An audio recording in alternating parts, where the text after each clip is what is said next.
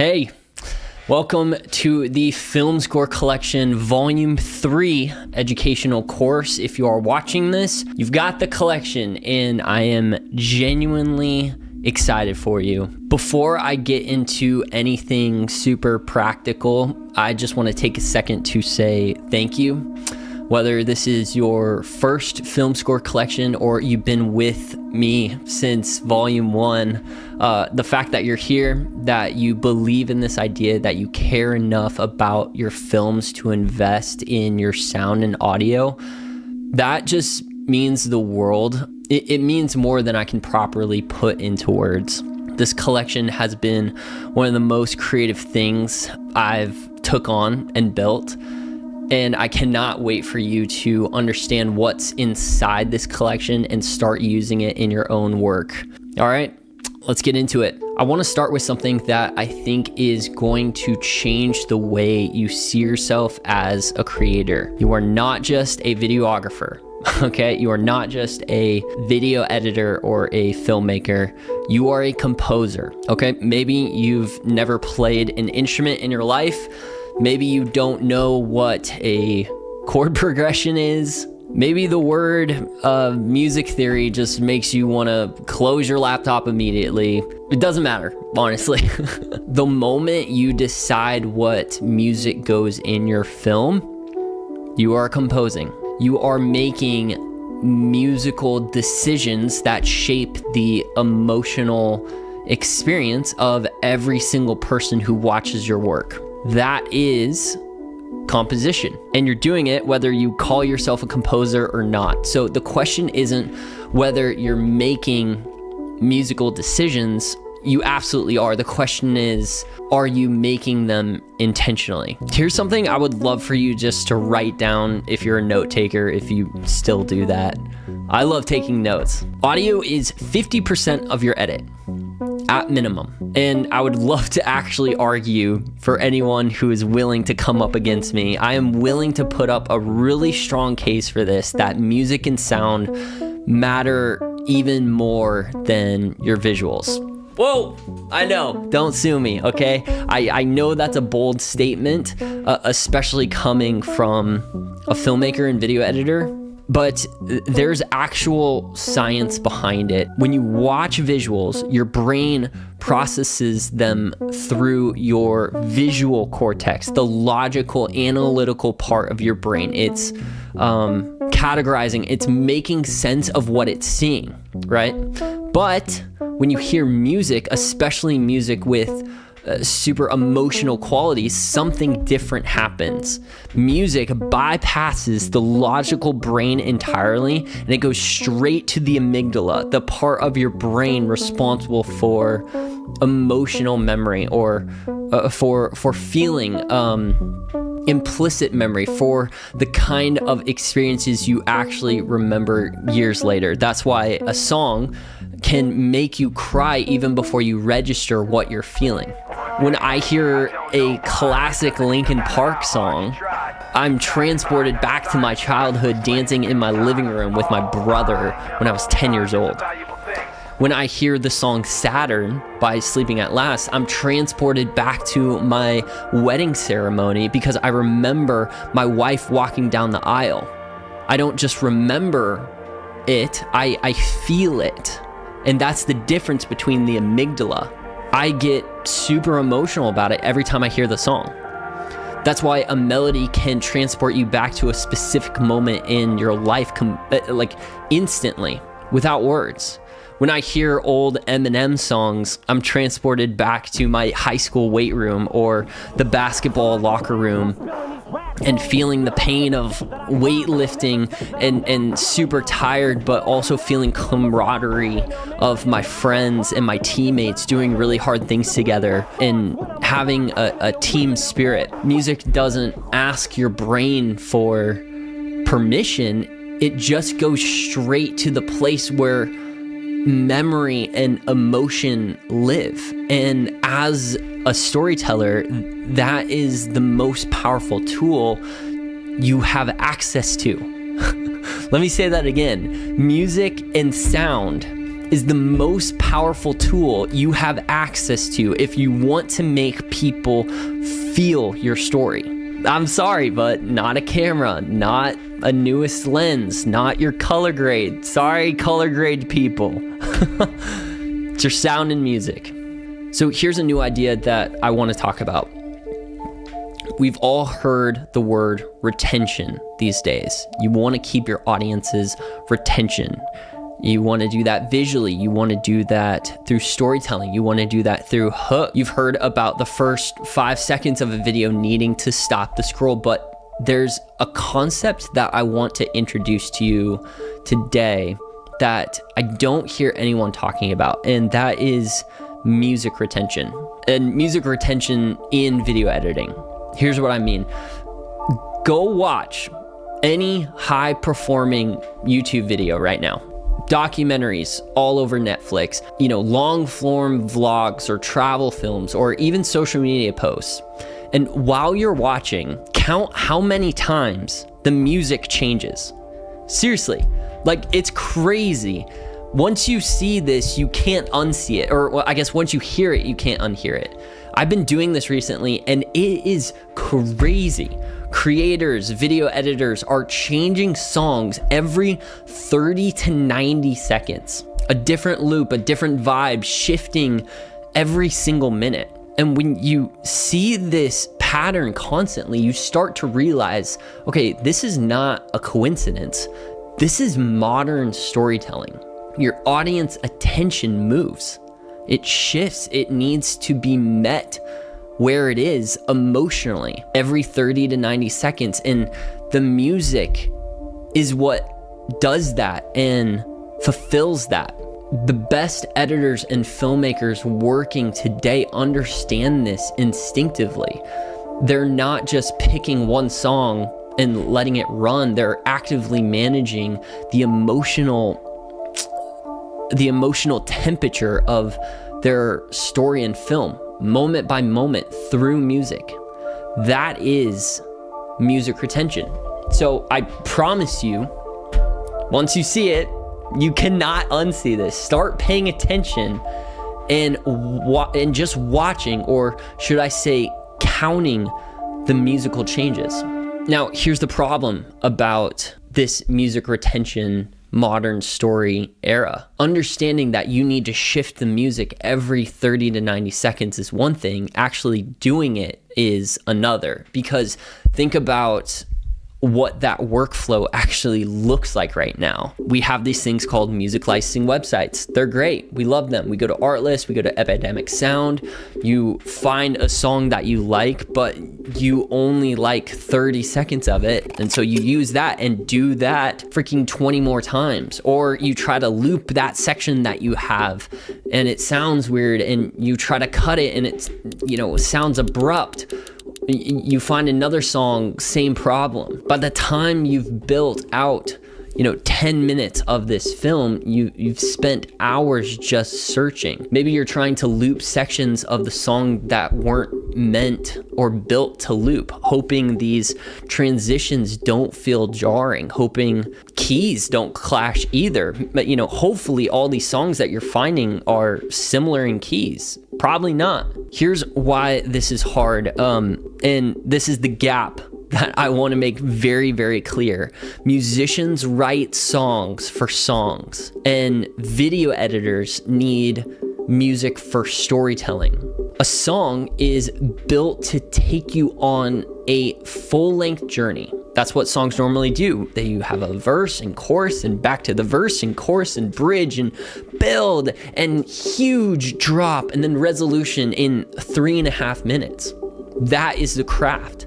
That's what makes a great song. But you're not making a song. You're telling a story, and your story might need to live inside one feeling for a couple minutes, or shift from tension to wonder to resolve, all within the same key.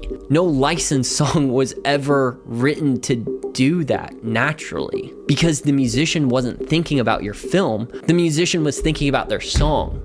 And that gap is infinitely crazy to me between what music does or songs do, and what your story actually needs. That is what this gap is, what Volume 3 was built for. When I started to think about how to solve this problem, I also started thinking about what this collection needed to sound like. Volume 3 is all about electronic, synth-based, analog, arpeggiated sounds.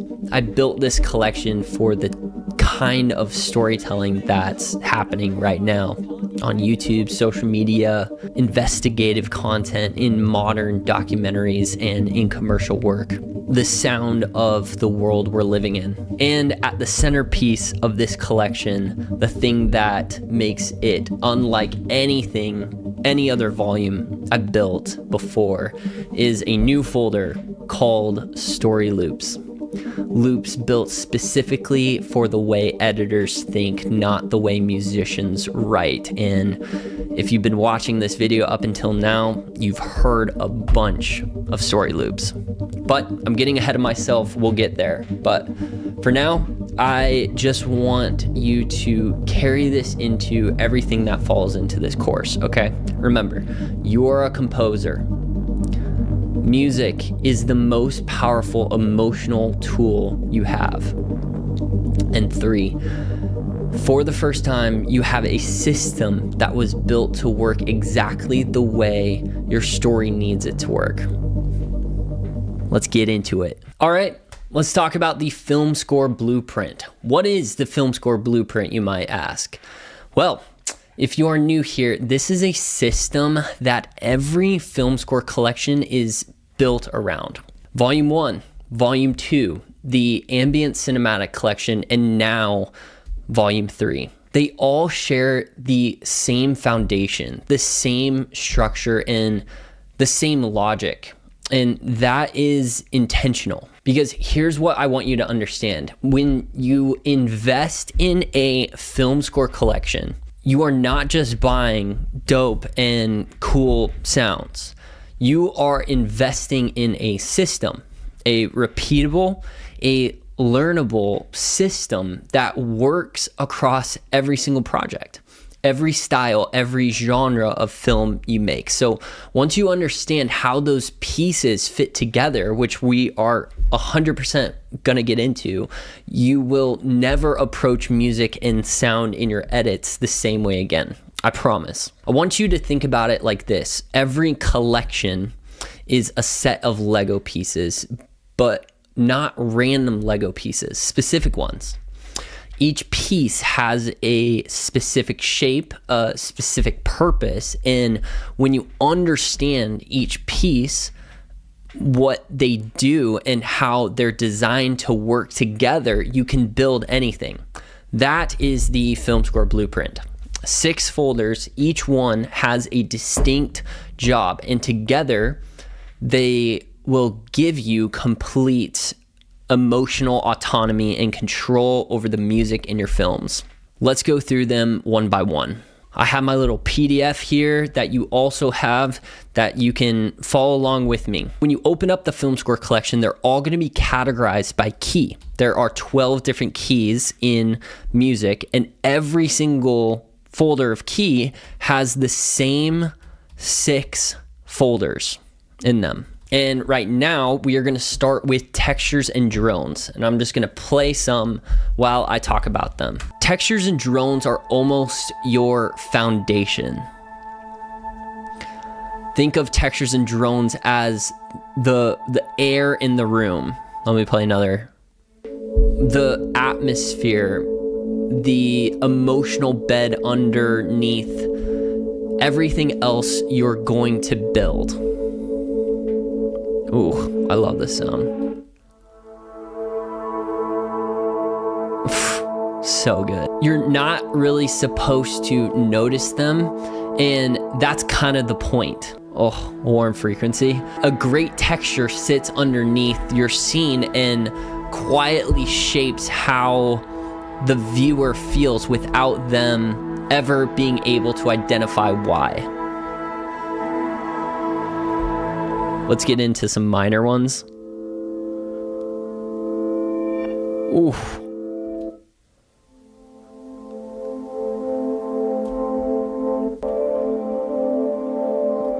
Sandworm? Dune, anyone? But don't let the subtlety fool you. This is where everything starts. If you get the texture or drone right, it can really set the emotional foundation. Everything you layer on top, it's just gonna go hand in hand. As I play a lot of these textures in Volume 3, you'll notice the textures having this very distinct electronic, almost synth-based quality. They are digital. They are super modern.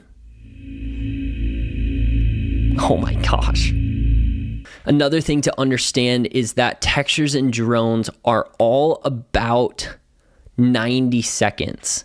And you can kind of see on the waveform, they all kind of look the same. They don't really go anywhere. I'm just going to pull in kind of a handful of them to kind of show you.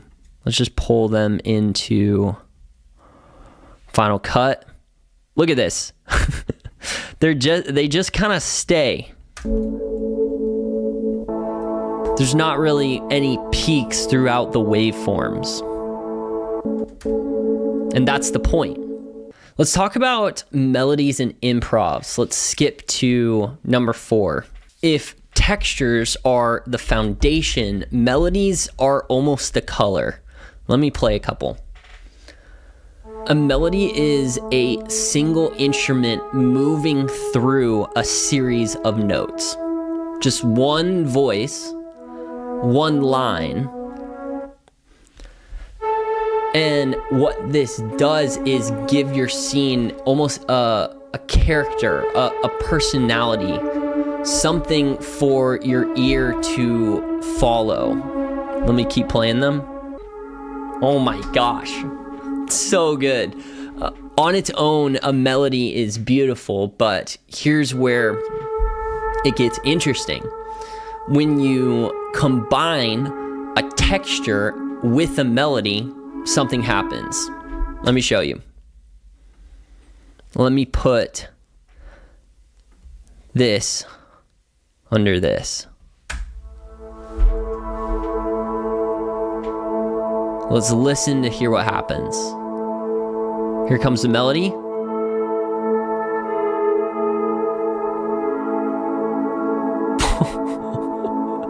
That texture gives it the weight and atmosphere, and the melody gives it almost a direction, a feeling. Let me swap this melody here. Let's play this, see what happens.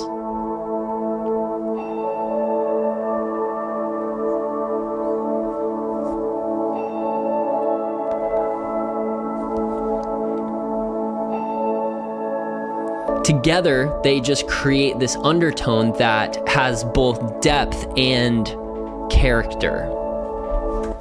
Those are some major ones. Let's mess with some minor ones, minor melodies, and we will get into that.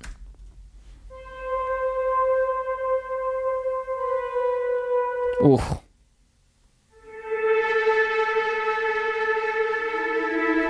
Oh my gosh.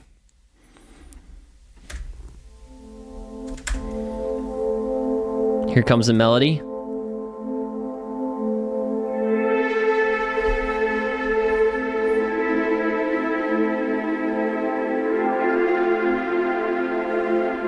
So good. Let's maybe exchange this for Sandworm, see what happens. Completely different feeling.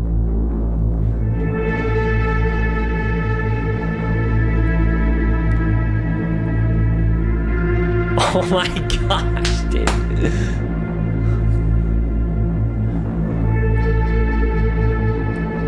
Dang. Think of it like painting, right? The texture, the drone is the canvas, you know, the base colors, and the melody is the brush strokes that brings the image to life. You know, by itself, this texture is really cool. You know, there's nothing wrong with it, right? But let's put another. melody with it.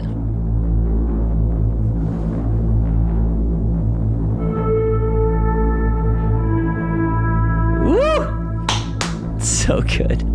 The last thing I'll say about melodies is just take kind of account for how they look. They should look kind of like this. With the texture and drone being constant, the melody is going to have these pockets of performance that, let's say if you don't like how this started, you can start it with this, giving you a lot of control. All right, let's keep moving to chord progressions. Man, this is a special one, and it's one of my favorite things to play with in this collection. A chord progression is multiple notes happening at the same time, moving through a sequence. And what chord progressions do that textures and melodies can't quite do on their own is create movement, create emotional momentum. Let's keep going. The feeling that something is building or shifting or just moving. Let's keep going. In volume 3, we find chord progressions built around what we call a walking up chord progression. You'll hear it all the time in movie scores and modern music, the famous 4, 5, 6, 1, 2, 1 movement. And in music theory, this is one of the most timeless, emotional, resonant sequences ever written. It's in thousands of songs. You've heard it your entire life, I promise. There's a reason for that. This works. But here is what I love about the way we've built these. You don't have to take these chord progressions for face value. You can absolutely chop them up and rearrange them. Let's say I don't want to start with this chord. Okay, let's start with this chord, see what happens. That's a totally different sequence and emotion now. Let's say I don't want to start with that one.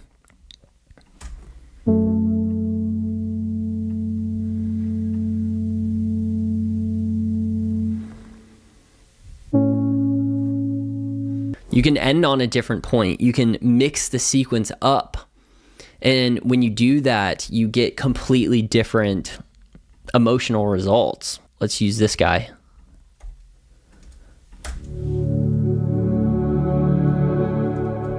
Let's cut this up and let's start with the 1. Ooh. You can even move kind of you can even move, the timing of these as well.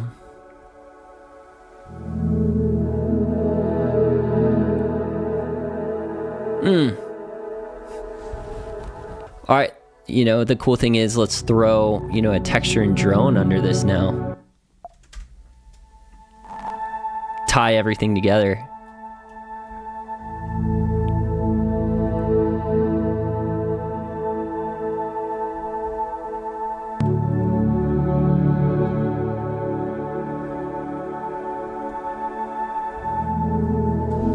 So good.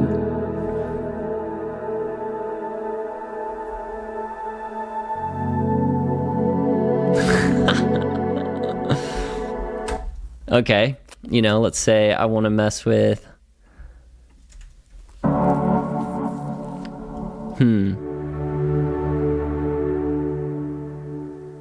Oh. Dude, that one's so good. Golden Hour is crazy. I just want these to happen a little bit sooner.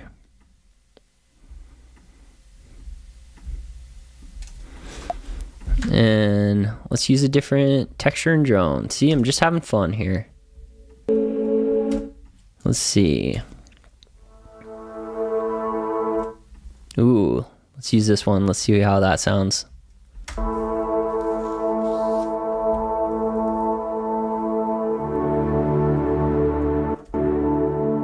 Oh. Epic. All right, let's throw a melody in there, see what happens.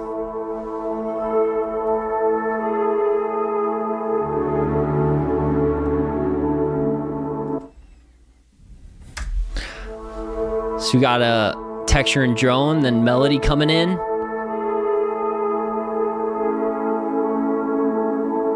Chord progression. Oh, so pretty.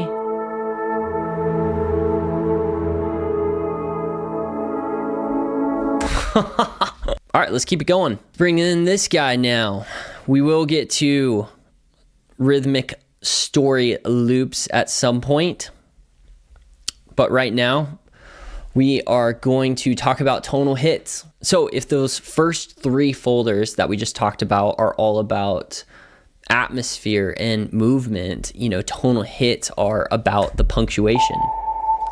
And these are moments where you want something to just hit and land, where you want the viewer to feel something specific and intentional. You know, an emotional peak, a transition between, you know, scenes or music. This is kind of the equivalent to a regular sound effect, like a boom or an impact, but those are just noise. You know, these actually have a key. So when they land, you know, they're not, they're working with the music and not against it. Oh, that one's good. Oh my God. And fifth folder, we have tonal risers and transitions. Think of these like regular riser sound effects or a basic whoosh, right? Those are just generic and boring. But now imagine these just with a tone in a key, working musically with everything else that you got going in your timeline. Heptapods, that's actually my voice. Let me play it again. So I love these, man. Risers and transitions are the glue. They're what connect your scenes, bridge your moments, and build anticipation before a drop, and walk your music out gracefully when you need to end. Tonal hits and risers transitions are really just the connective tissue to your edit. I also want to just point out what they look like. Tonal hits have this aggressive point at the very beginning, then kind of drop off, kind of like a hit. Boom, high transient, then drop off. And, you know, risers and transitions kind of come up, have a high point, and then trickle down. Or, you know, a longer high point and then trickle down after. Kind of like a whoosh. Now, before we go any further, I need to talk about something that is going to save you from making the most common mistake new users make, and that is understanding major sounds, minor sounds, and what I call universal sounds, major and minor sounds. This is not a music theory lesson, I promise. This is just the one rule you need to know to make everything work together. Volume 3 is organized by key, right? Just like I was saying, there are 12 keys in music, but each key in music is either major or minor or both. I call both the major and minor keys universal keys. So these are major sounds. Major sounds are often described as happy, and yeah, they definitely can be for sure, but that's way too simple. You know, I think major sounds can often hold, you know, nostalgia and wonder and a sense of openness. You know, something vast and expansive. And these are all minor sounds, M-I-N, as you can see. Minor sounds can often be described as, sad. And again, that's true, but it's a little bit of an oversimplification. Minor sounds can hold, a lot of curiosity, even reflection, tension, or doubt, something unsolved. They are completely emotionally rich. And then you're going to see sounds that say major, minor. I also like to call these universal sounds. These can work with anything. They are exactly what they sound like. They are flexible. They can sit comfortably in a major sound or a minor sound without creating a clash. So let me just go through these real quick so that you can see. All of these are major. All of these are minor. A lot of these tonal risers and transitions are gonna work for both major and minor, right? Major, minor. But you're also gonna find tonal hits that are only gonna work for minor sounds. As we look at this story loop section that I'm gonna get to in a second, there's a lot of minor. And then these guys are major. Yeah, the rule, and this is important. Major sounds pair with major sounds and universal sounds. Minor sounds pair with minor sounds and universal sounds.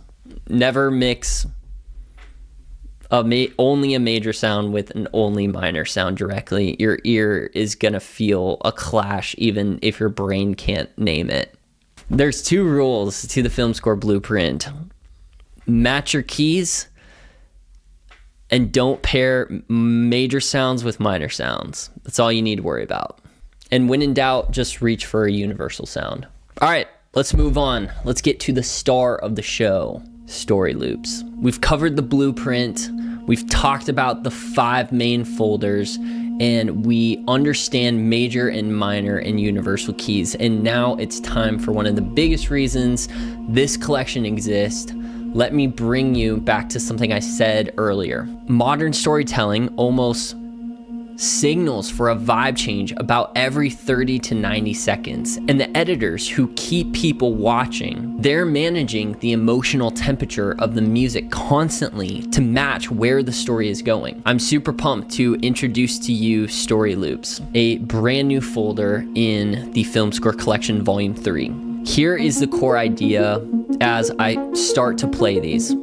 They are synth-based, electronic, pizzicato strings, arpeggiated loops built in all 12 keys, designed to do one thing. Simply hold a feeling for exactly as long as your story or scene needs it. Not for as long as a musician decides it should last in their song, not until the chorus hits or not until the bridge resolves, not until the song takes you somewhere you didn't ask to go, as long as you decide. And then when you're ready to shift the emotion, you can shift it in an instant with the same key seamlessly. That's it. That's the idea. When I was building this collection in the studio, the question I kept asking and coming back to was this: what does a feeling sound like? Not a genre, not a tempo, a feeling. What does curiosity sound like? That specific state of being drawn towards something unknown and leaning in, not sure what you're looking at, but you just can't look away. Or what about a question? This kind of sounds like a question. That open, unresolved feeling of sitting with something you don't have the answer to yet. What does tension sound like? A moment something feels off, a shadow, a doubt. Or what does a decision sound like? Ooh, or this. The pull. That moment a character stops sitting and the question starts moving towards something. Oh, actually, this is more like what tension sounds like. What does resolution sound like? Not some triumphant ending, but a quiet, earned type of feeling and something finally becoming clear. Maybe something like this. Or this.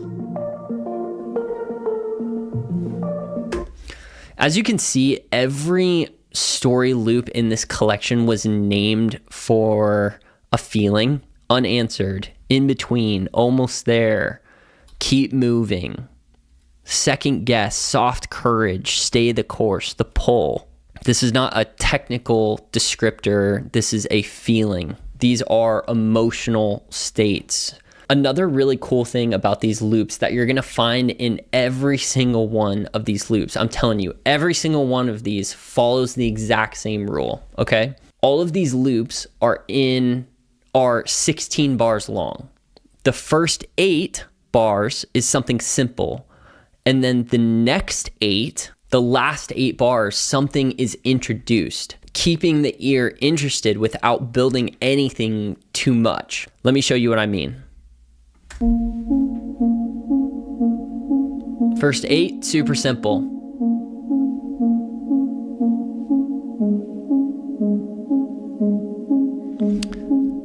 Now, right now, something is being added. Super simple.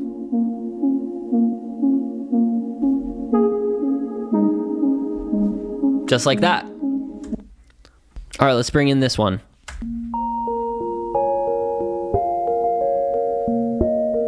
Super beautiful. Very simple.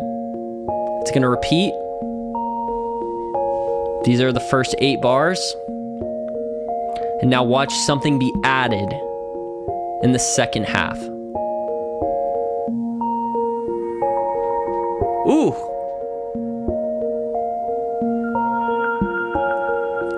So good. It just keeps the ear interested.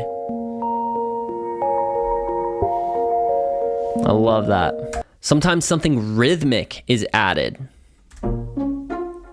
So we got these pizzicato strings. The first 8, something super simple.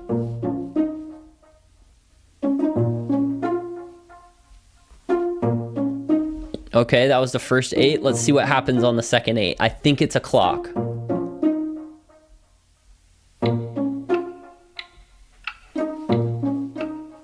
Something simple, but it keeps going. And then the cool thing is that all of these loops are loopable. They are repeatable. So if I just drag this over here, it's just gonna repeat. Super easy to use. You can stay in this moment for as long as you want. Let's loop it.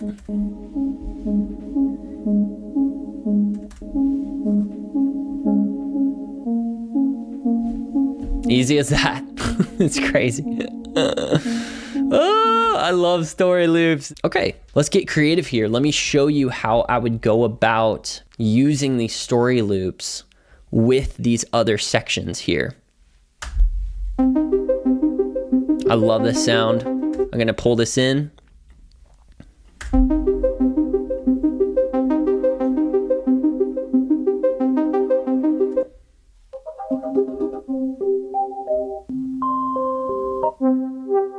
Just gonna keep listening to some of these.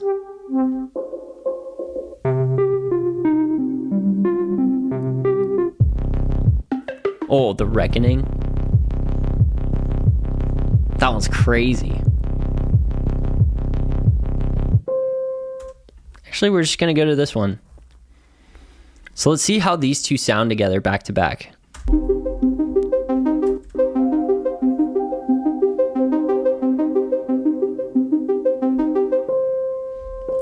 It's almost perfect. That's crazy. You know, you just switch the vibes so seamlessly because they're in the same key, but completely different emotions. I'm gonna add a tonal transition to this. That one's almost a little abrupt. Ooh, I love this one. So I'm just gonna move this to right in between. Let's see how that sounds.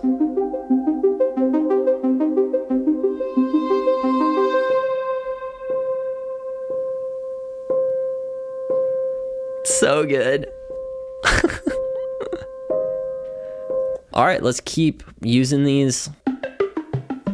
Ooh, I like this one. This one's gonna be different.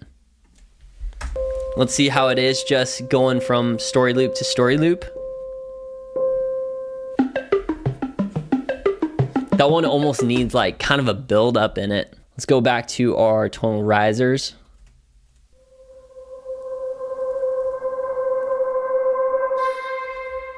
Let's try that. Maybe even another one.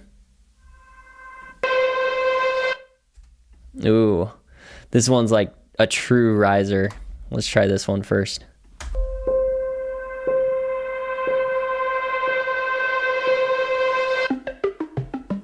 It's kind of cool.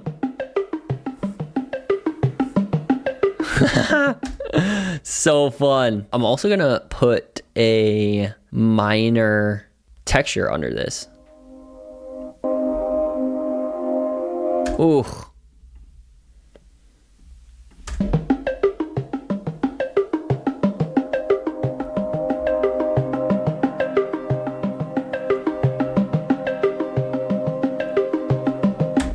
Maybe I don't want this story loop to keep going and I just want it to cut it off right here.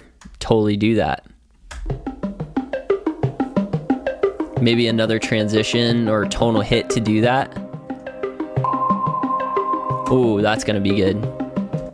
Let's bring this in right here, see what that sounds like.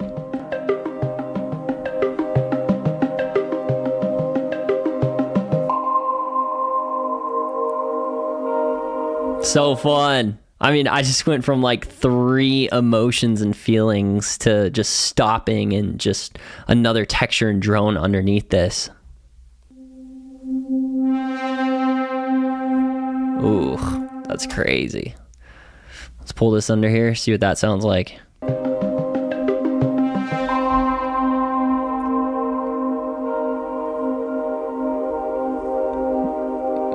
Maybe now a melody, minor melody. Oh my gosh, it's too good. Dude, this is crazy. Okay, so let's play it. Let's just play from the beginning. Move it down here. Okay, also I just want to point out in a minute and a half, we went from 1 feeling, 2, 3, 4 in a minute and a half seamlessly. Let's throw in a hit right here just to make things fun.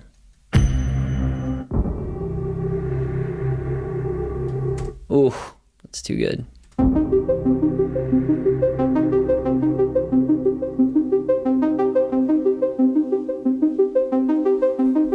Something added. Oh!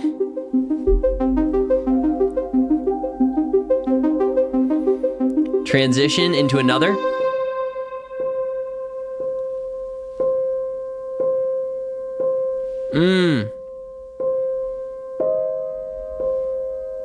Dude, let's add a melody just for funsies.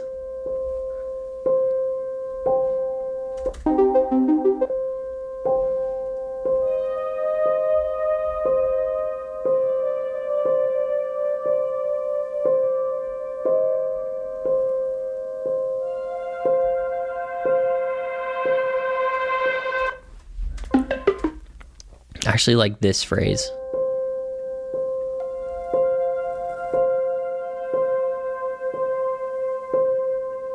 Ooh.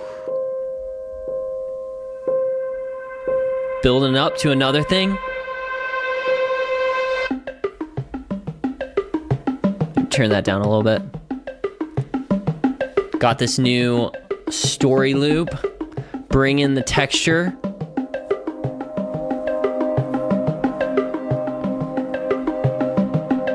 Tonal transition, hit.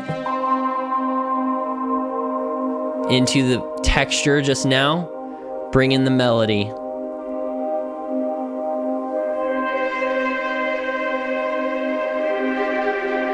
So sick. Oh, too good. Let's try something with major, because why not? Let's go back to my story loops and listen to some of the major loopies. Ooh.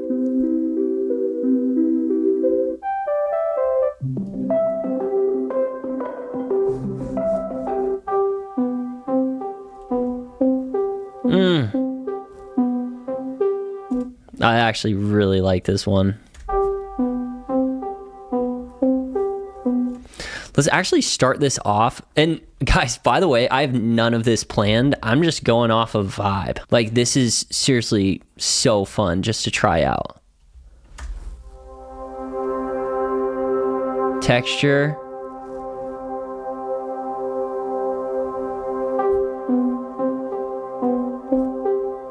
Maybe a little hit to introduce that.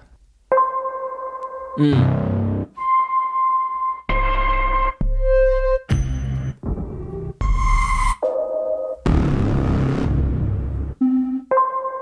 like blimp. Blip. Blip.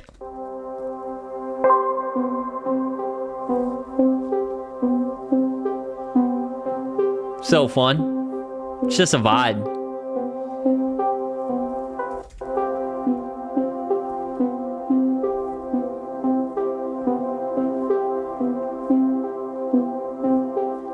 Let's cut it off right here. Let's bring it into a different vibe.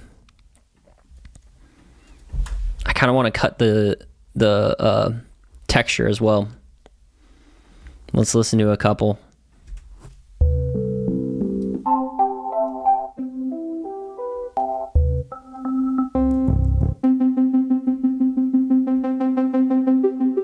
I like this one. There's something about it that's just like, ooh, something's happening.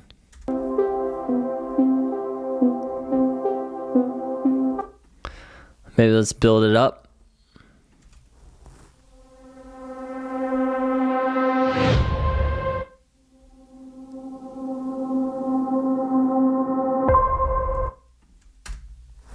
What's this one? That's fun. Line that up with the highest transient.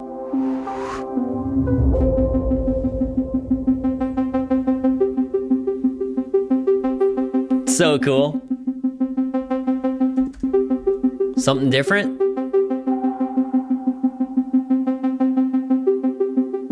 Fun. That's what it is. Let's go into something different right there. Let's build it up.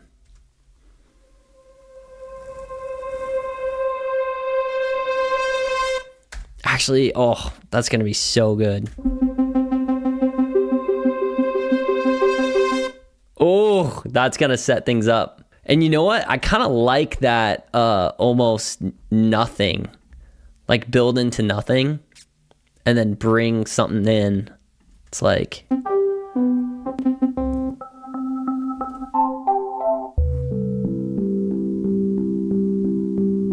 Ooh, that's fun.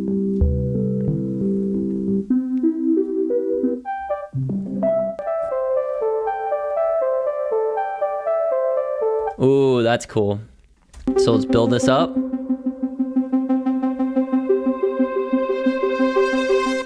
Nothing. You almost see like a different change. Like visually, you see something different. So fun. Oh, let's bring in some chord progressions. We haven't used those yet.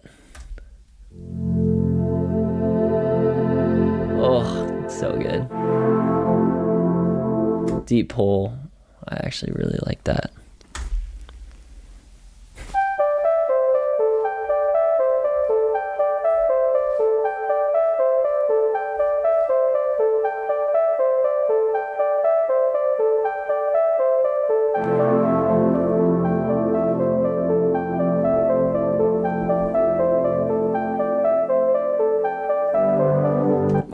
Oh man, this is coming together. Let's cut this up. I'm already hearing what I want to do. Dude, this is like play. It's so fun.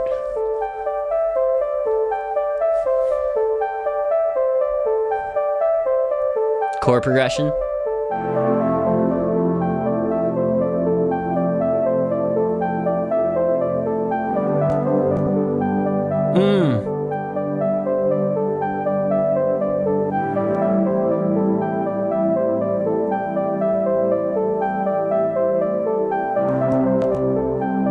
You know what I'm going for?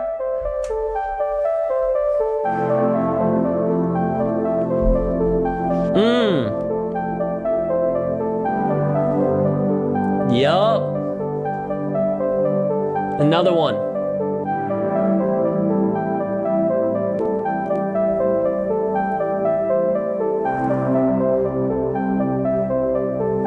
Dude, so good.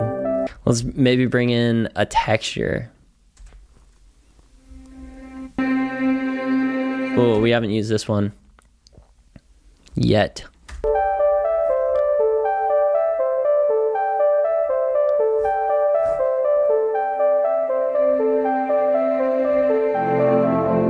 Oh!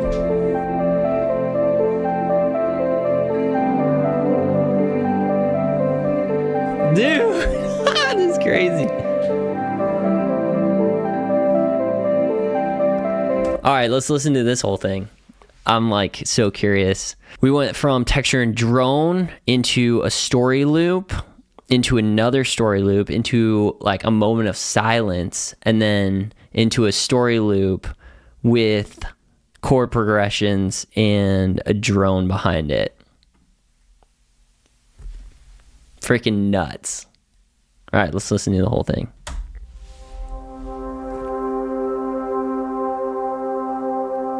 So exciting.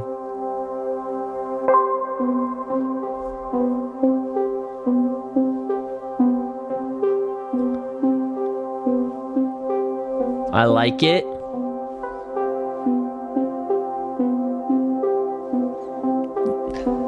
Little transition into something completely different. Story loop.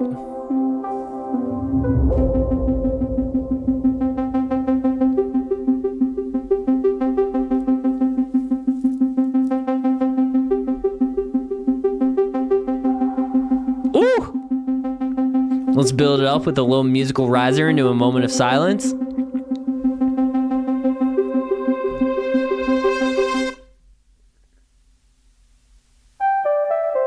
Dude, so fun.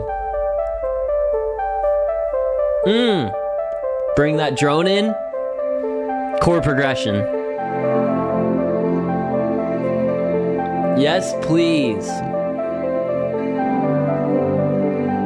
Oh my God.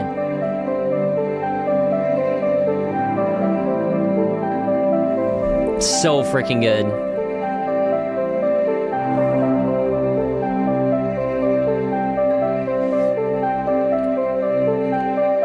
Maybe fade this story loop out.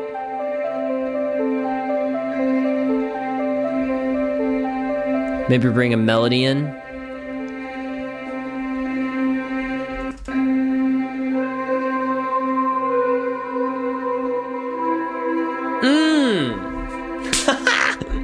So crazy. Okay, that was literally something from scratch in real time. Nothing was planned in that. We just build something with a minor key and we just build something with a major key. And you can kind of put the pieces together how seamless this type of editing is, especially with visuals. You have complete control. That is 100% the workflow. You know, find the feeling, hold it, and then shift it when your story asks you to, build towards something and earn that moment when it arrives. You know, story loops aren't about replacing your creative instinct. They're about giving you a tool that actually keeps up with how you think as a storyteller.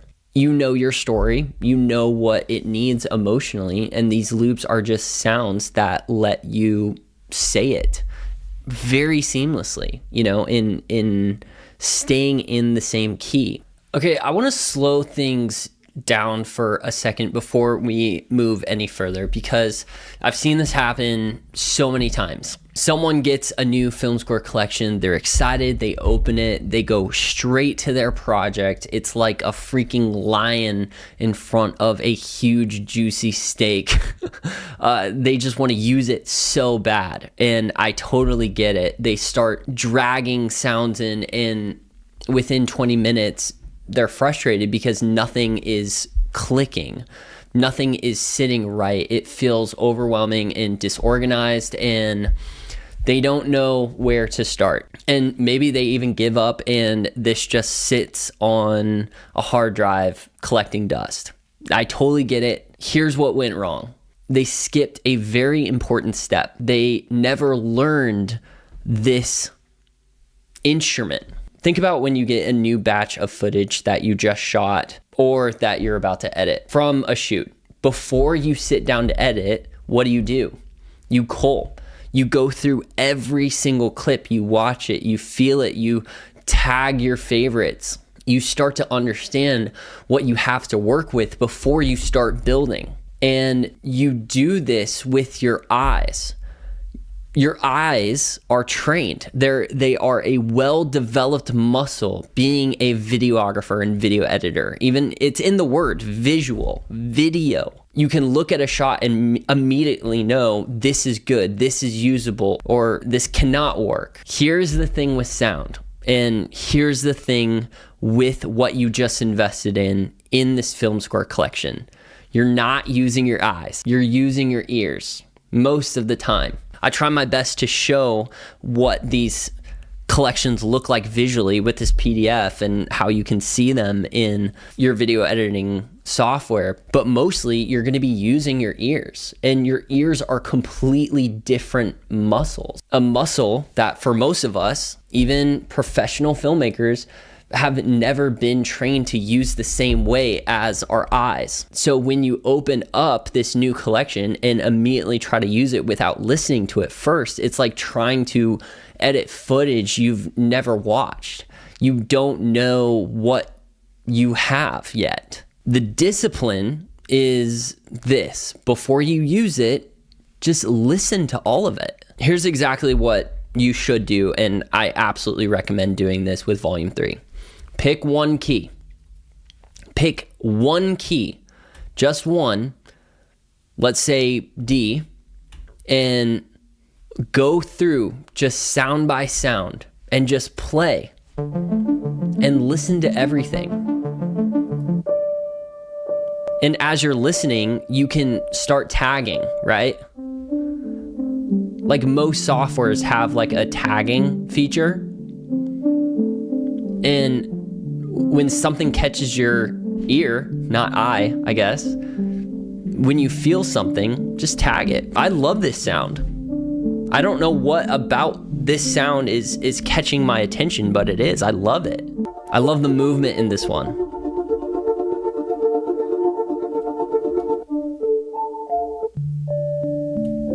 Ooh, this one feels fun. Oh, this one's crazy. And also not because you know exactly where you'll use it in a specific project, but because your ear is just simply connecting with this. And that connection is data. Ooh. Just keep going through this. I really like Ethereal. I think Soft Circuit is my favorite minor drone. Sandworm, 100%. One's crazy. Aurora Drift, dude, sheesh. And I know I'm a little biased because I'm one of the producers who made all these sounds, but this is really just what it looks like. Like, it actually takes discipline, You can't see this visually, so you actually have to open this up and listen to it.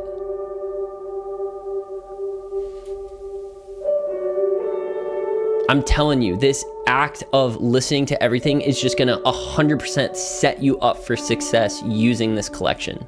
And before you know it, these sounds kind of start talking to each other once you develop your ear enough, and you'll hear like a texture like this and immediately go, oh my gosh, this would go so well with this melody. Like that, I just know, like I feel like I have that trained ear enough to know that those two would go well together. Once you have that map, once you've spent that disciplined time listening, once you know this collection and what you like, using it becomes incredibly intuitive and fast and super creative. This collection is an instrument, essentially. And like any instrument, the more time you spend with it, just listening and exploring before you perform that instrument, the more natural and expressive your playing is going to be when it matters. So take the time. I know it's not super sexy or fun, but I promise you, it will pay you back tenfold. All right, let's talk about licensed music and the integration with tonal sound effects and licensed music, because I want to address something directly before we go any further. Multiply Sound was never built to replace licensed music. I want to say that really clearly, because I think sometimes people hear tonal sound effects, story loops, all 12 keys and think, okay, I don't need my Artlist subscription. I don't need my Epidemic sound anymore. I don't need licensed music. I can just use these collections for everything. And that is not what this is. Songs are art. Songs are powerful. They are necessary. They are moments in a film that require full dynamic journey of a song, the build, the drop, the chorus, the moment at the end of the wedding film when the couple kisses and everyone is dancing and the music is just soaring. Like that moment is needed. That moment needs a song, and no collection of loops is going to replace that. What Multiply Sound was built for is everything that surrounds that moment. The 4 minutes before the song drops, when you need to hold a feeling and build the anticipation. The transition between scenes where you need to stay in the same key. The quiet documentary moment where a song would be too much, but silence isn't enough. That's where the film score blueprint really thrives and lives. And when you understand how to use both, the collection and licensed music together, that's where your films start to sound like they were scored totally custom and professionally. Before you integrate a licensed song with this collection, you need to know one thing. What key is your song in? Because everything in this collection is built in all 12 keys, and all songs have a certain key. So if you are going to layer story loops and textures and transitions around this licensed song, they all need to be in the same key. Otherwise, they're going to clash like hell, and your ears are going to instantly hear it. Here's how you find any key to any song. There's plenty of options. First is just a simple Google search. Just search your name in the song and musical key, and for a lot of popular songs, it's just going to come up immediately. Just quick, easy, done. Option 2 is use an app. TuneBat or AutoKey are what I use, and they are excellent. Paste the audio file in TuneBat, which I'll show you in a second, and it'll come up. Or with AutoKey, it kind of works like Shazam. If you're trying to find what song, you just tap a button and it listens to the song and tells you the key on your phone on an app. Option 3 is ask AI, right? Literally just ask, what is the key to blank in? Or pull your song in. Like, you'll get an answer in seconds. Option 4 is a lot of these music licensing platforms like Audio, the one that I use, and some major platforms often include the key right in the track metadata. So before you go anywhere else, check there first. It's It's probably sitting right in front of you. And once you have the key, then you know what exact folder to go to in the film score collection. Is it a minor song? Okay, then pull minor sounds. Is it a major song? Pull major sounds, or you can simply use the universal sounds. Simple as that. Last thing before we get hella creative with these licensed songs. Before you start deconstructing or customizing licensed songs, you need to understand the rules of the platform that you're using, that you're subscribed to. Because every platform is different. You know, some platforms allow you to separate the stems, which audio does. You can pull out the vocals. You can isolate the synths and strings and completely deconstruct the track and rebuild it in your edit. And others may have very specific terms around how much you can modify a track. You know, Artlist, Epidemic Sound, Soundstripe, they all have, unfortunately, different terms and conditions, and terms may vary. So what's allowed on one platform might not be totally allowed in the other. So go read the terms and conditions for the platform you're using. If it's unclear, just reach out to the platform directly. They'll tell you exactly what's permitted. We covered the practical stuff. Let's get creative. I'm about to show you 3 ways to bring a licensed song into a film that uses Volume 3, and each one creates a completely different emotional experience for your viewer. And we're going to be going over different genres of music as well. The first example I want to show you is how to build up to a song. So you start with tonal sound effects, you start with your story loops and textures and melodies. You hold that feeling and build anticipation, and then it's gonna lead into the licensed song as the payoff. Let's get into it. Okay, I am on audio.com, just on the front page. I was just scrolling, kind of listening to some of these songs, and I'm going for a hip hop vibe. Came across this song. Yeah, going hard until I finish. Put me in the kitchen, I'ma cook it like the chemist. Hey, ballin' in my tennis, 24K, I call the Vibes. This is debit, not the credit card, but still ain't got no. Little pop, hip hop song. And what's cool about this is you just go to right here and boom, it says the BPM and key, D minor. All right, sweet. So when I open up the film score collection, boom, I'm just gonna go to the key of D and I'm going to go to all the minor sounds. Easy as that. Another awesome thing that audio does is it lets you download the stems. So like I was saying, stems, you can download the bass separately, the drum separately, guitar, instrumental, strings, vocals, and wind. I'm going to download the vocals version because I want to separate the vocals from the instrumental. So I'm going to download the main version and the vocal version. All right, we are in Final Cut Pro, my video editing software, but you can use whatever video editing software you want. So we got the vocals version. Going hard until I finish. Put me in the kitchen, I'ma cook it like the chemist. Hey, ballin' in the credit card, but still ain't got no limits. I'ma pull up to the party on my minutes. Call me Dennis, I'm so clean, no spot, no limits, yeah. Yeah, still ain't got no limits, yeah.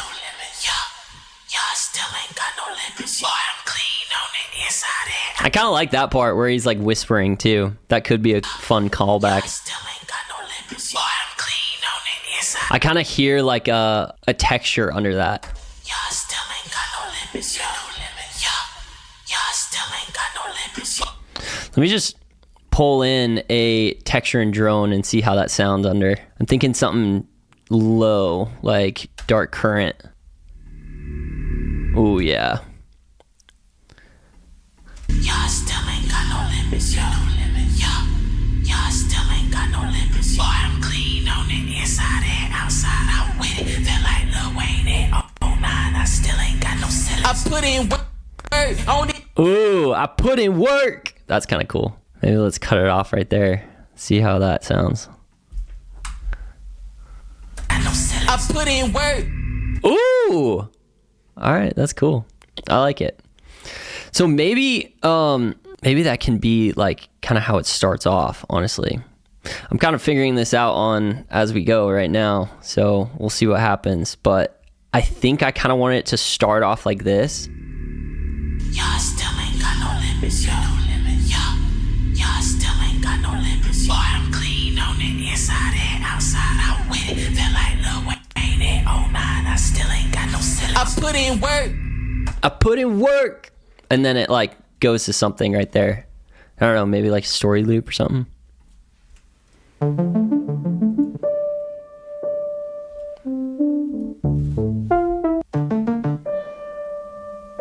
Yeah. This piano could be cool. I still ain't got no syllabus. I put in work. Ooh, right on work. That's what it is. I put in work. That's cool.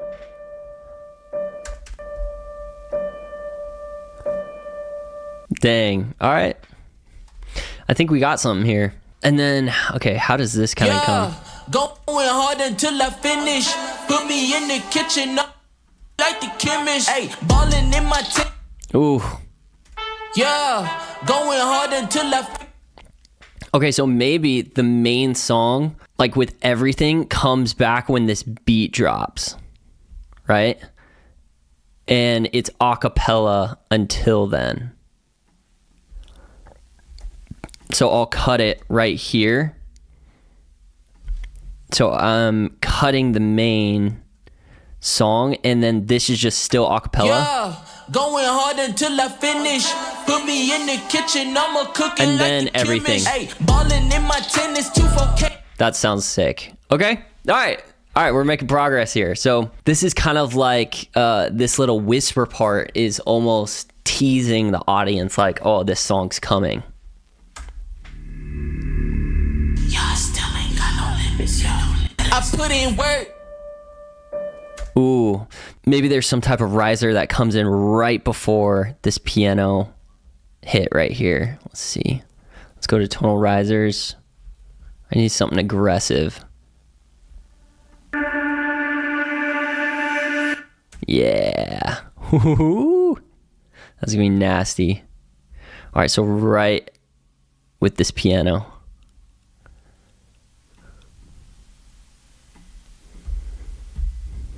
Y'all still ain't got no limits. Boy, I'm clean on it, inside and outside. I'm with it. Feel like Lil Wayne at 09. I still ain't got no syllabus. I put in work. Dang, that's kind of sick.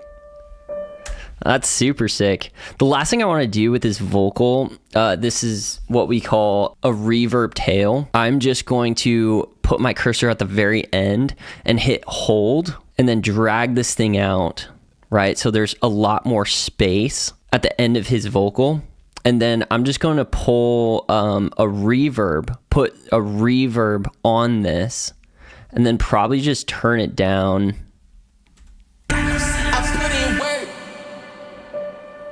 So it kind of like fades out, you know? Y'all still ain't got no limits, yo. Y'all still ain't got no limits. Boy, I'm clean on it, inside and outside. I'm with it. Feel like Lil Wayne at 09. I still ain't got no syllabus. I put in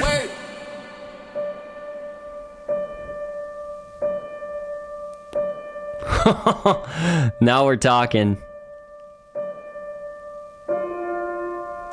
Maybe there's a change right there. I mean, I think for these demos, I think I'm just trying to show you guys as much as you could do with the soundtrack. Obviously, this is going to depend on the visuals that you have in the story that you're trying to tell. But man, like if you want to rock this for as long as possible, if you want to, loop this, you absolutely can.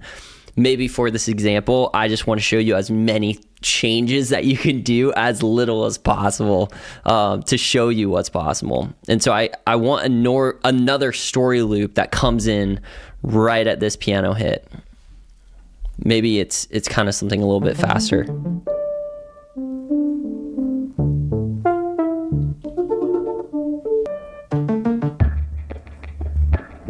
Ooh, I really do like this forward motion. Yeah, let's pull this in.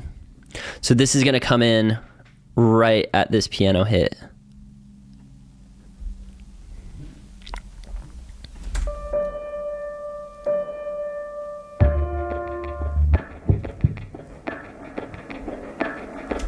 And then we'll have, I don't know, maybe a tonal hit that goes with it as well. Yeah, we haven't used this jolt yet.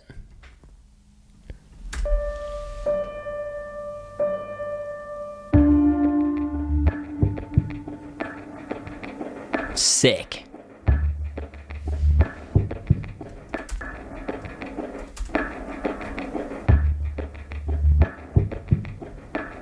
Let's cut this in half again. And let's go into something else. Who knows? Right here. Let's go into something else. What should we do? Maybe another story loop? What type of feeling do I want to convey?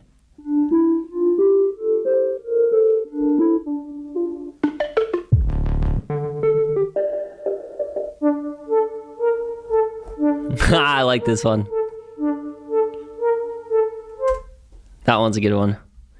Pull that in.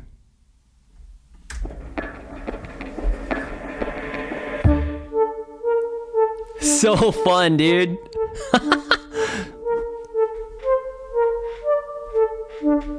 And then, yeah, let's bring in our glue. You know, tonal hits, tonal risers, hits to kind of smooth this out. I love Arrival. It's probably going to be seamless.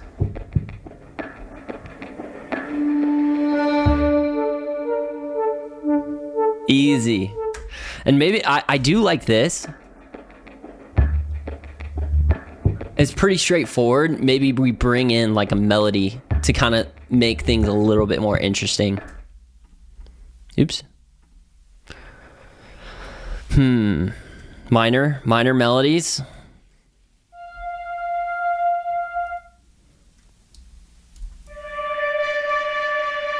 Yeah, I like this. It's just so distorted. Maybe have it come in right here. Oh my gosh.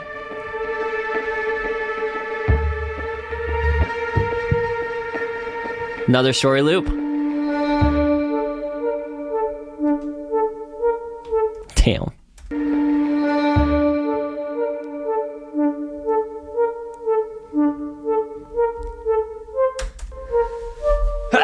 Excuse me.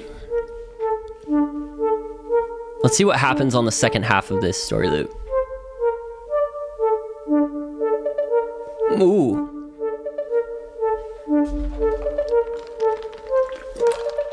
Let's bring in a texture. Minor texture.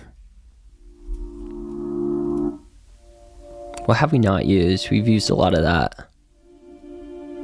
Yeah. Ooh. See what that does.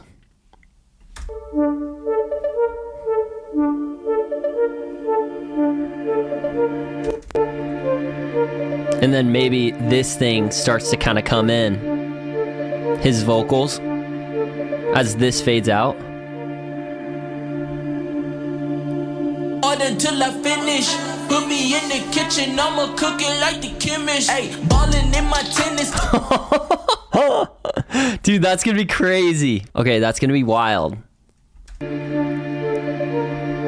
We gotta have some like risers or something. Yeah, going hard until I finish.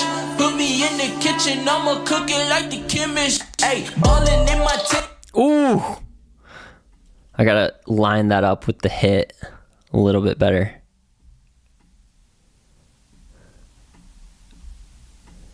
Yeah, the hit's right there. Wow, this is sick.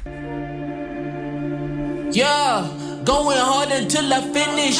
Put me in the kitchen, I'ma cook it like the chemist. Hey, ballin' in my tennis, 2-4K. Dude, this is crazy. What did we just do? You know what I'm gonna do is I'm gonna make all of these my favorite teal color so you can understand the difference. We got some vocals right here kind of teasing the song. We got 1, 2, 3 story loops. This is crazy, dude. I think we gotta have some like insane risers coming up. Yeah, that's cool. Hard until I finish. Put me in the kitchen, I'ma cook it like the chemist. Hey, ballin' in my tennis, 2-4K. I caught the Hell yeah. This is debit, not the credit covers. Dude, this is sick. Let's see what this melody was right here.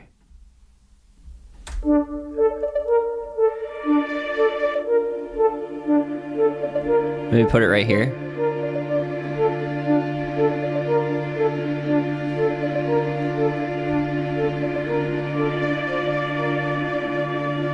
Yeah, going hard until I finish. Put me in the kitchen, I'ma cook it like the chemist. Hey, ballin' in my tennis, 2-4K. Dude, that is sick. Okay, all right, we gotta listen to the whole thing. This is crazy. I'll just kind of talk through it. But we basically made a 1.5 minute intro to this song. The frick? I mean, we have so much control. Like, if we needed any of these story loops to be longer or to be even shorter, like we do. Like, this is the control that we have right now. It's insane. Little texture. Y'all still ain't got no limits, y'all still ain't got no limits. Maybe bury it a little bit.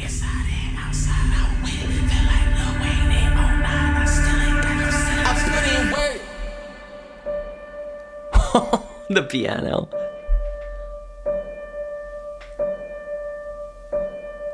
New story loop.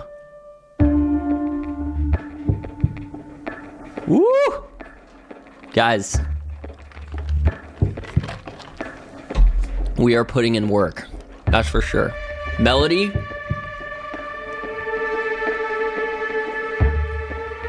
Transition into another story loop.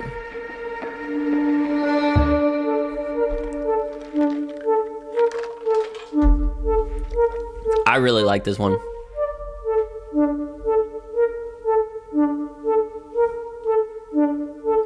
Second half of a story loop, something is introduced. Little texture coming in.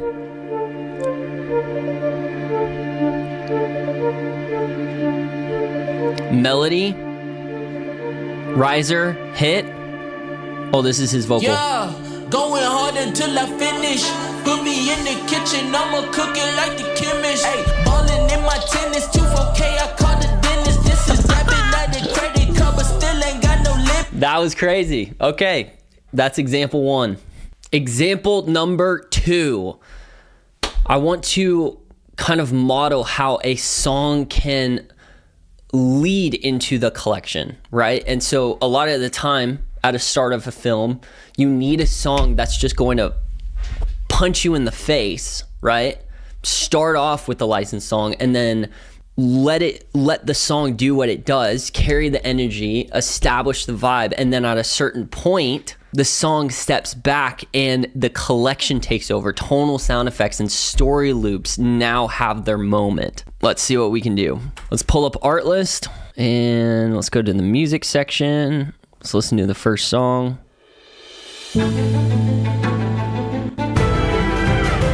Yeah, this sounds great.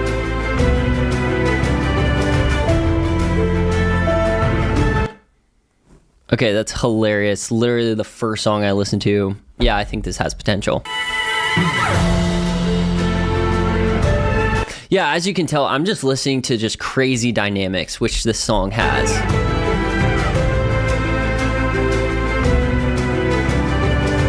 Super loud, super big, gets your audience's attention.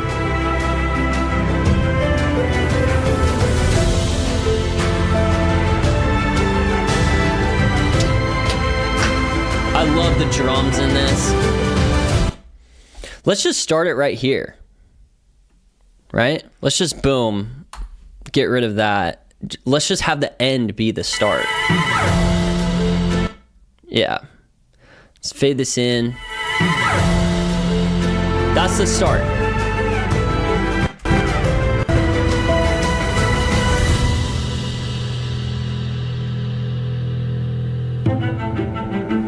This is great. From that point on, let's build something with tonal sound effects and these story loops. Let's see what happens. Okay, so first thing what we're gonna do, because Artlist does not have keys to them, I have no idea why music licensing websites don't have keys, but we're going to use TuneBat. So we're going to pull this song in here, just drag and drop, and boom. 2 seconds later, A minor. Okay, boom. Now we're going to the film score collection. We're going to go to the key of A and only work with A minor. Hopefully that makes sense. Okay, so what are we going to do here? Let's, when in doubt, just throw in a texture and drone.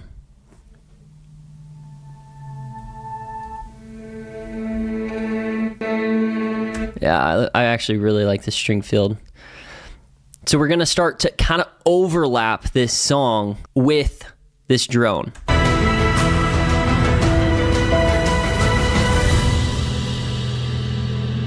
You kind of hear it?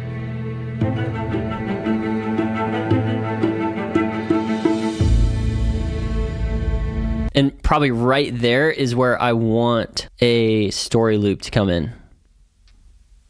So I'm just going to mark that moment.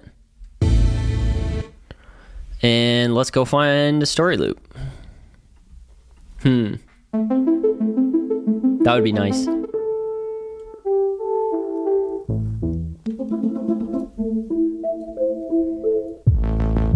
Ooh, I would love to try to use this.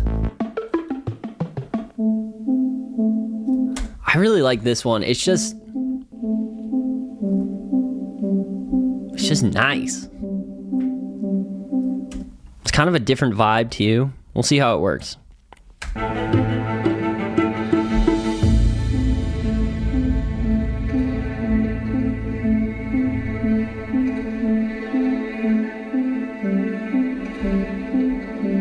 Maybe pull this up in volume. Maybe pull the strings down too, the texture and drone.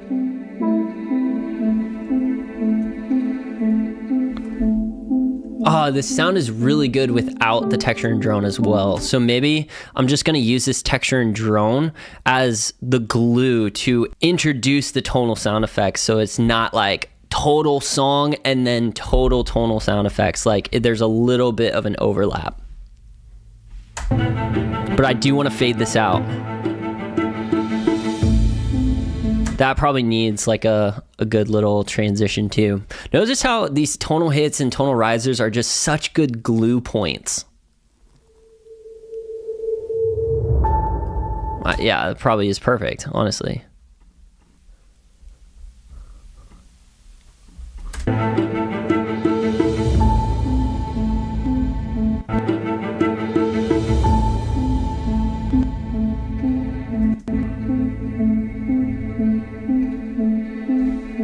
And this is gonna fade out.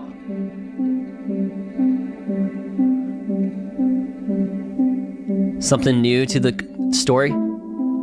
Oh, I love that actually.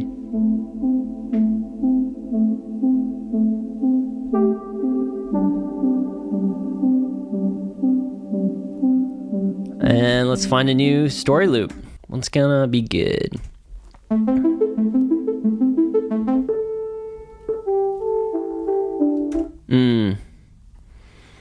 Again, too, like if I really wanted this to be longer, I could just simply just loop it.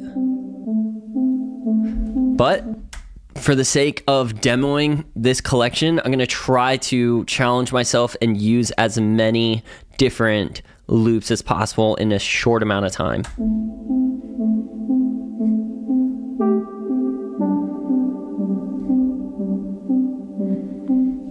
New story loop.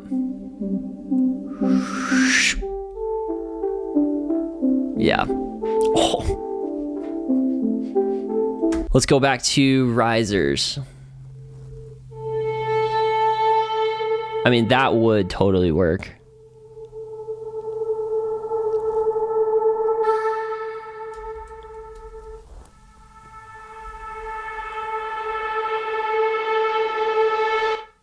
Yeah. Let's try both of these. See what happens.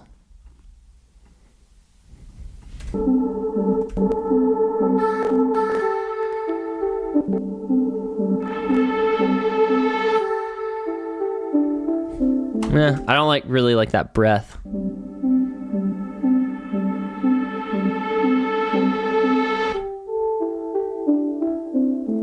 Clean.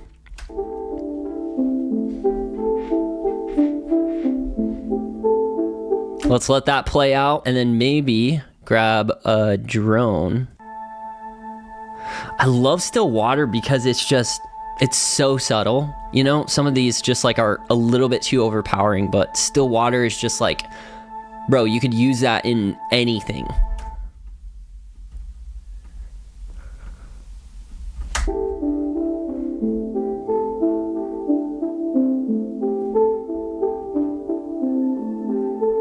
Oh, just fade that in ever so slightly.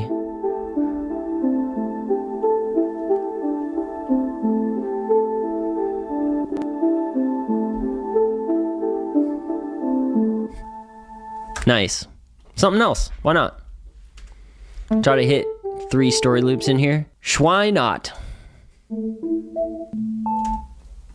Oh, we haven't gotten to these pizzicato ones.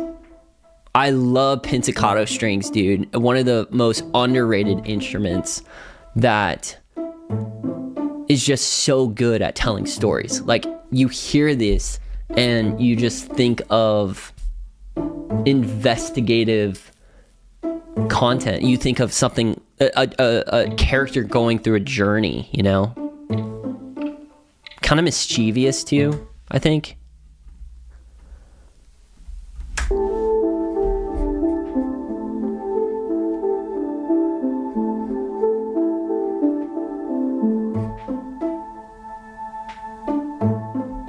Dude, that transition's fire, especially with this drone underneath it. I think I might keep that.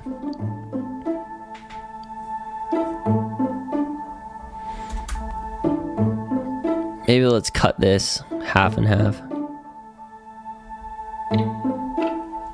Maybe something's different right here.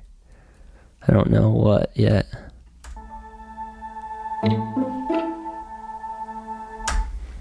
You know what? Maybe we go back into the frickin' song. Let's see what other sections of the song.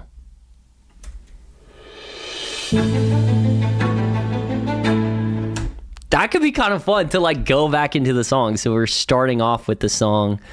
We go on this journey of tonal sound effects and then we come back to the song. Let's try it.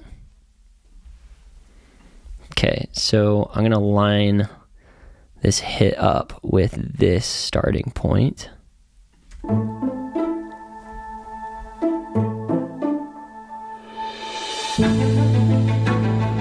That's kind of fun, dude.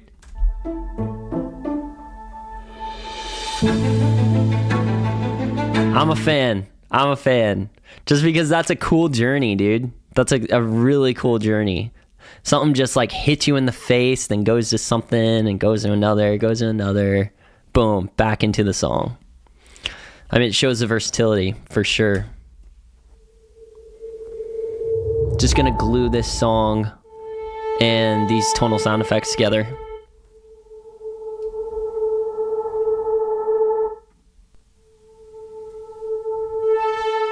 Yeah, that one's crazy.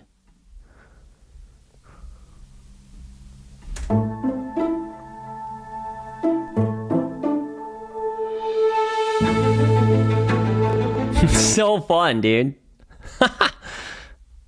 What else? Maybe a hit, actually. Ooh, we haven't used this one yet. And something lower could actually be super nice.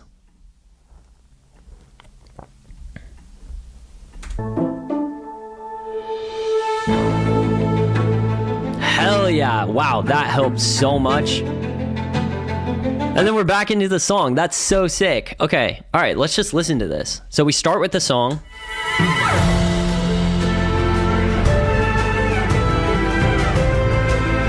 This is what a song is for. Insane dynamics. When you need it in your film.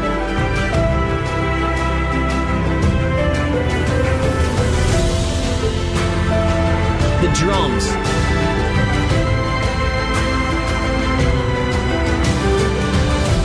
This is why you need a song.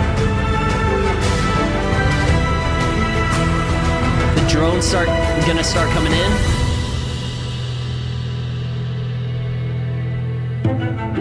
Story loop coming up with the transition.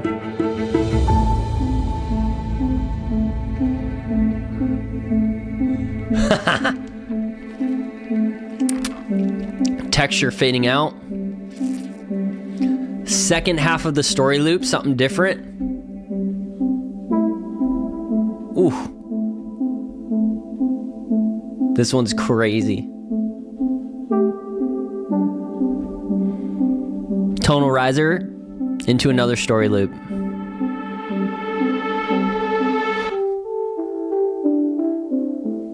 Oh, this one's crazy. Just let it play out, man. Just let it play out. Big fan. Texture fading in.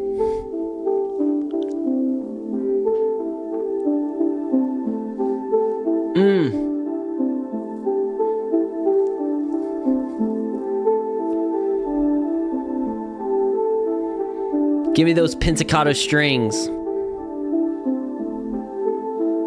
Just totally dry without any transition. Yup.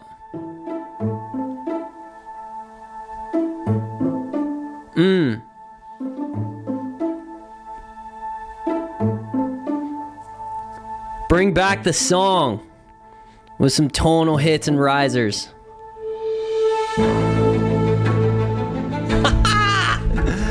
Bro, this is crazy. So fun. So fun. Wow, that was a 2.5 minute journey. Third demo and moment that I am going to show is an example of having a song just boom, right in the middle. You start with the collection, you build the foundation, then it goes into the licensed song, have that peak, have that big emotional beat, and then the song is gonna step back and then the collection is gonna carry the story home. And let's just totally switch up the genre, see what happens. Okay, I went back to audio, so listening to this song right here. I wanted the sunset in my hands to feel the glow of a light that never ends. I think I just like this because it's folk, indie, singer-songwriter.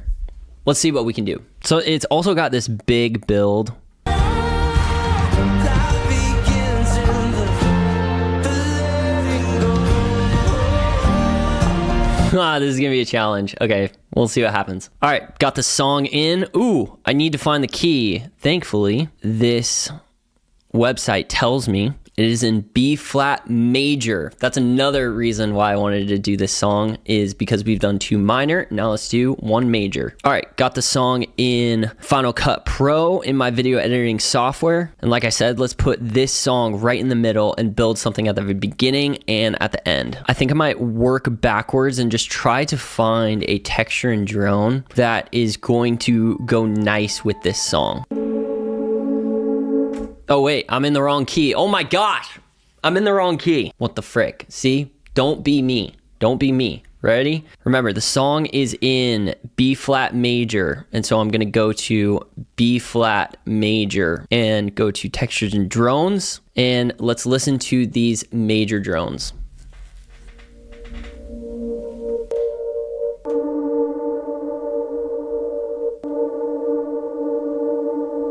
That sounds good. Ethereal. Let's hear how that sounds together.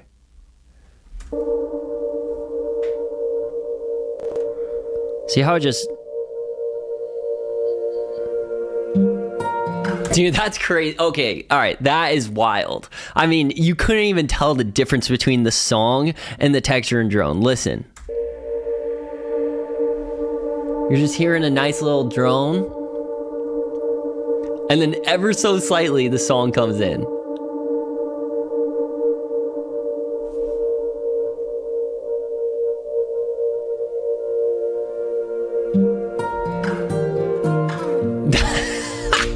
That is proof of concept right there. Jeez, that's wild. Okay, so we're just gonna have that as the opening. Maybe I'll work even more backwards. Let's go to melodies. We haven't gone to melodies yet. We haven't done a bunch of melodies.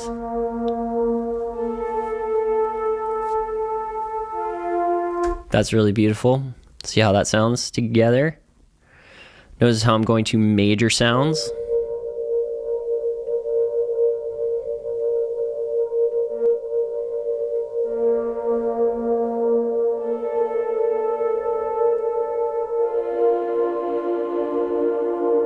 That's really pretty.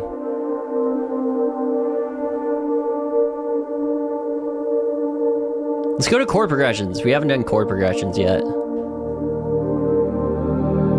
Dude, Aurora Drift sounds good with everything, I swear. Let's do Deep Pull.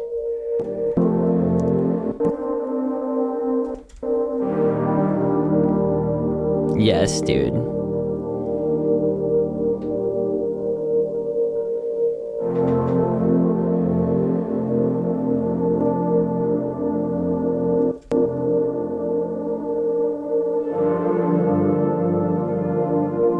Oh my God.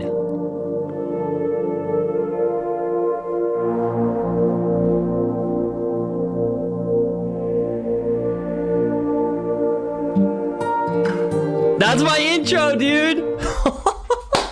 That was crazy. That was crazy. Okay, all right. That's pretty simple. This is just a texture drone into a melody, into a chord progression, into the song. But let's try to involve a story loop that's going to go well with maybe before this. So let's go to some story loops. Nah, let's hear this transition one more time.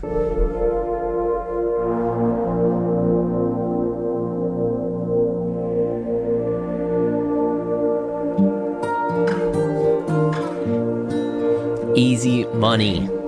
Come on, story loops. Major story loops. That one's good. We already used that one. That could be good.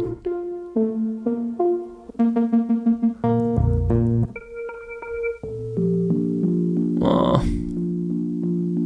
This is very nostalgic sounding. Let's try it.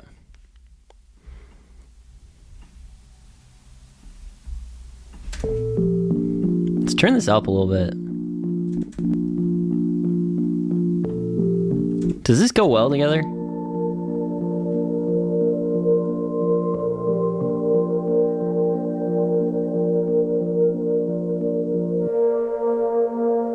Whoa. Okay, I like the overlap this is doing. I have an idea. Okay, actually, this is a really good lesson for you guys. I'm gonna teach you something called a reverb tail. And sometimes when you need these loops to end like really naturally, this is what you do. See, I want this loop to end naturally. It kind of just like cuts out completely. There's a couple ways to go about this. I kind of showed you one way with the hold in number 1, I think. The first example that I showed you, I'm going to show you how to do it a different way. So I'm going to make a compound clip to this story loop. I'm going to go in, I think on Premiere it's called Nest. And then I'm going to go Option W to make like a ton more space for this clip. And essentially I'm going to add reverb and automate the last like 6-7 frames of this. Ready? So then I'm going to go to my reverb, and I don't want it to sound like this. Super spacious. I don't want to add reverb to the whole thing. I just want to add reverb to the last like second. So how do I do that? Automation, show automation. Gonna bring this down to 0 and then automate the last little bit so that it cuts out nicely. Here comes the reverb. Nice.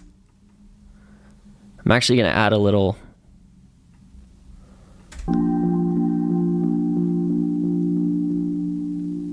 Nice, just like that. Very nice. Didn't end abruptly, and then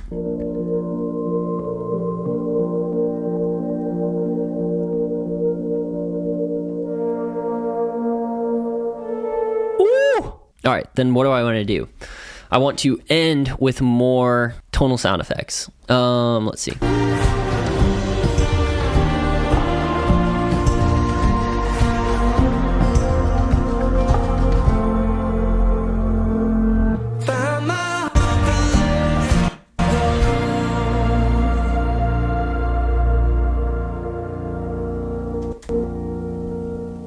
Okay, another example. I could show you how to add tonal sound effects to the very end of this song, but again, challenging myself to show you what's possible. You could easily drag this texture right under here and listen to this transition. Now you have something even longer, right? Dope. We totally could do that. Let's say I don't want all of this, like another build. Like I'm content with the craziness that leads up until this part. So let's just get rid of that and try to make something awesome like right here.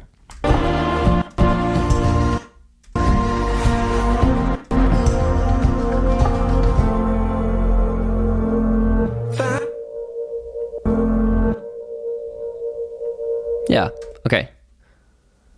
So maybe I'll fade that out.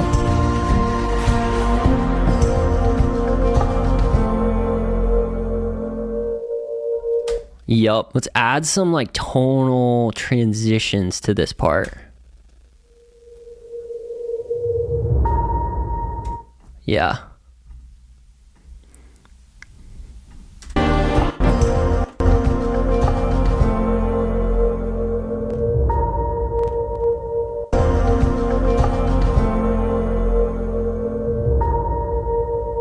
Yup. Now we're talking. Maybe a tonal hit.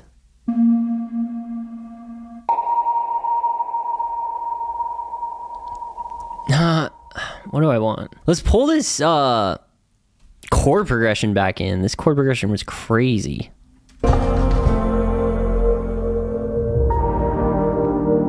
Ooh!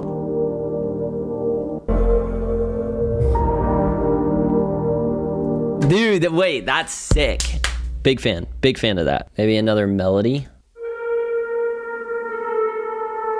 Yeah, let's try that.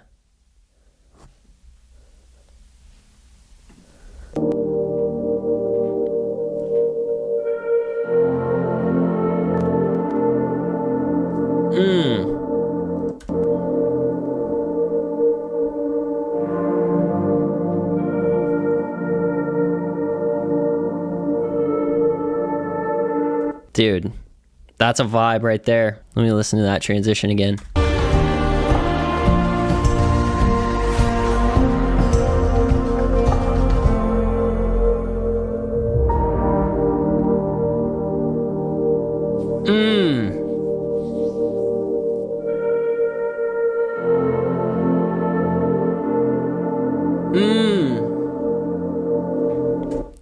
That's it. That's freaking it, dude.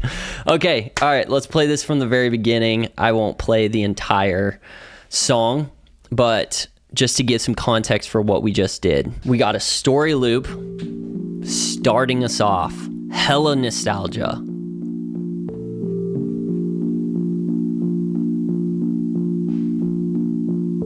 Oh. I just feel instant memories kicking back. Oh, second half of the story loop, something different coming in. Then you're gonna hear a texture slowly come in.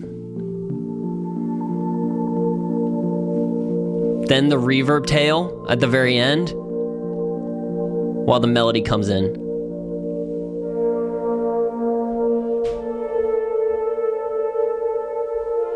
So beautiful.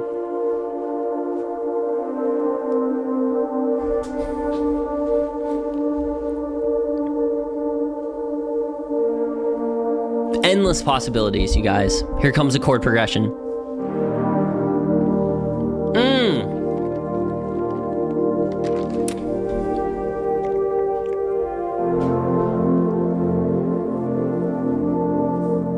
So good.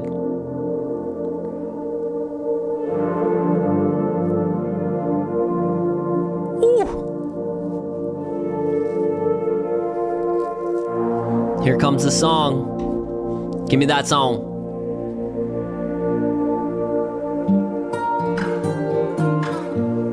Give me that folk ambient cinematic song.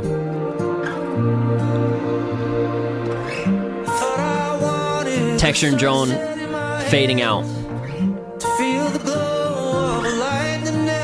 All right, let's go to the very end. Let's hear this transition again. Big song, huge. Drone coming in. Transition, chords, melody.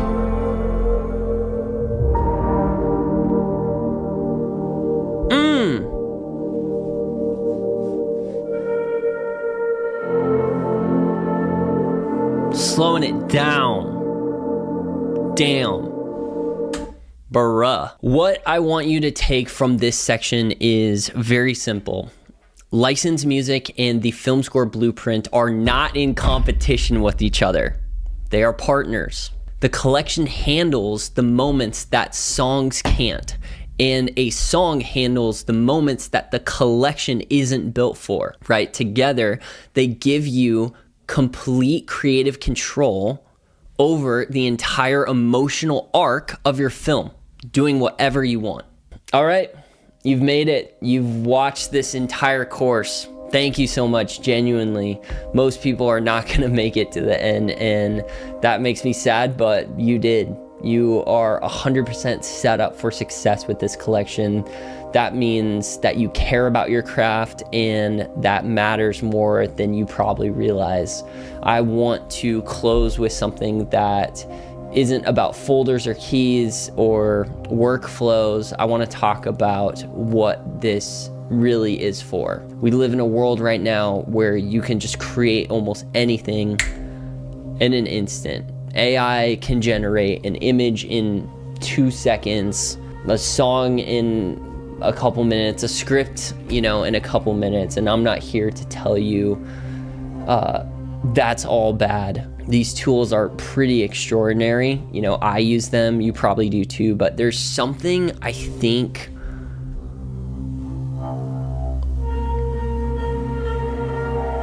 there's something beautiful about building something with your own hands. That feeling of sitting with a sound and asking, does this feel right? Does this say what I want it to say?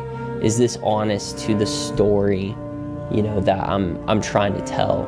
And that struggle is beautiful. It's the point. It's the transformation that's happening in our lives. It's where the craft lives, and that's why I actually really, really love this product. And because these sounds, these Lego pieces, they're not here to do the work for you. They're here to give your instincts something to work with. You still have to make those decisions, right? You still have to listen. You still have to feel your way around a scene and figure out, what it means. That's the part that makes your story and your film yours. What Volume 3 does is give your creativity a tool that actually keeps up with how you think as a storyteller. Yeah, just to be real with you guys, my deepest hope for this collection is not to make your edits faster, though I think it will, but really my hope is that it makes your edits feel more like you, that you find a sound that captures something that you've been trying to express, that you get lost in these sounds, genuinely lost, and come out the other side having made something that you're really proud of. Music has that power, and it's always had that power. Okay, as you can tell, I'm a little bit of a mushy-gushy person, but I just want to make it very clear. Thank you for being here. Thank you for caring enough about your film to invest in your sound. Thank you for trusting me with this investment. Go make something freaking awesome. And when you make something freaking awesome, share it with us, tag us, show us what you built. We genuinely want to see it. We'll see you guys. Peace.